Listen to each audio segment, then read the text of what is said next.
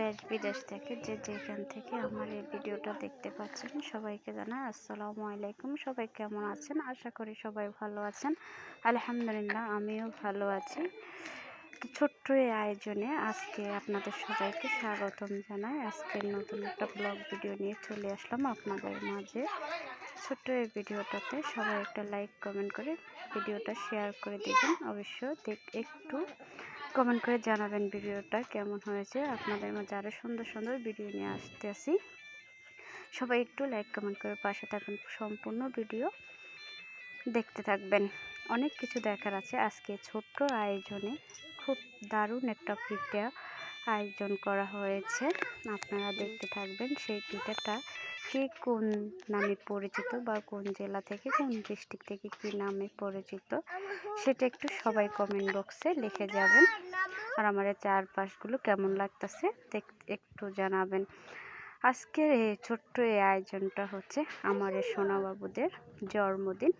তাদের এই জন্মদিনের ছোট্ট একটা আয়োজন, ছোট্ট একটা কেক, ছোট্ট তাদের এই ছোট্ট দুটি শিশু মনে আনন্দ জাগানোর জন্য ছোট্ট একটা আয়োজন সবার মাঝে একটু করে শেয়ার করলাম। সবাই দেখতে পাচ্ছেন, সবাই অবশ্যই তাদের জন্য ভালোবাসা রেখে যাবেন, সবাই দোয়া করবেন আল্লাহ যেন তাদেরকে নেখায় আশীর্বাদ করে।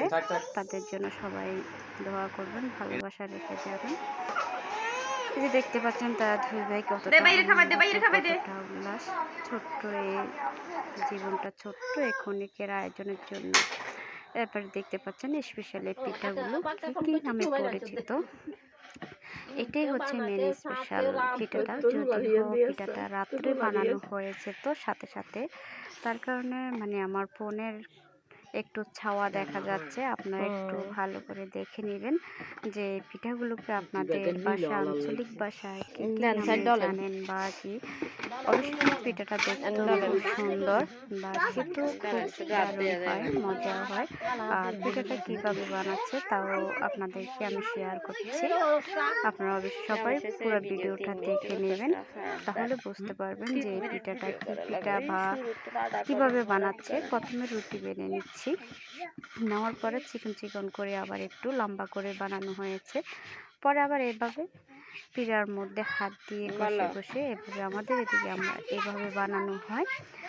তাই আমরা এই পিঠাগুলোর আমি এই পিঠাটার নামটা বললাম না, অবশ্যই আপনারা বলে যাবেন যে এই পিঠাটার নাম কি, তাহলে আমিও বুঝতে পারবো যে আপনাদের এলাকায় এই পিঠাটার নাম কি বলে। এই যে এইভাবে প্রথমে একটু লম্বা করে নিয়েছি, নেওয়ার পরে আবার হাত দিয়ে ছোট ছোট করে কাটানো হয়েছে। অবশ্যই আপনারা পুরো ভিডিওটা দেখতে থাকুন, তাহলে বুঝতে পারবেন।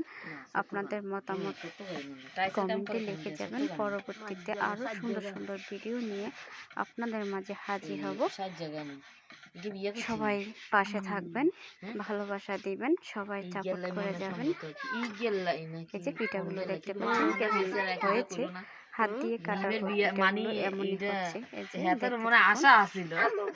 ছোট ছোট করে আবার পরে দুধ, নারকেল, চিনি বা কেউ গুড় দিয়ে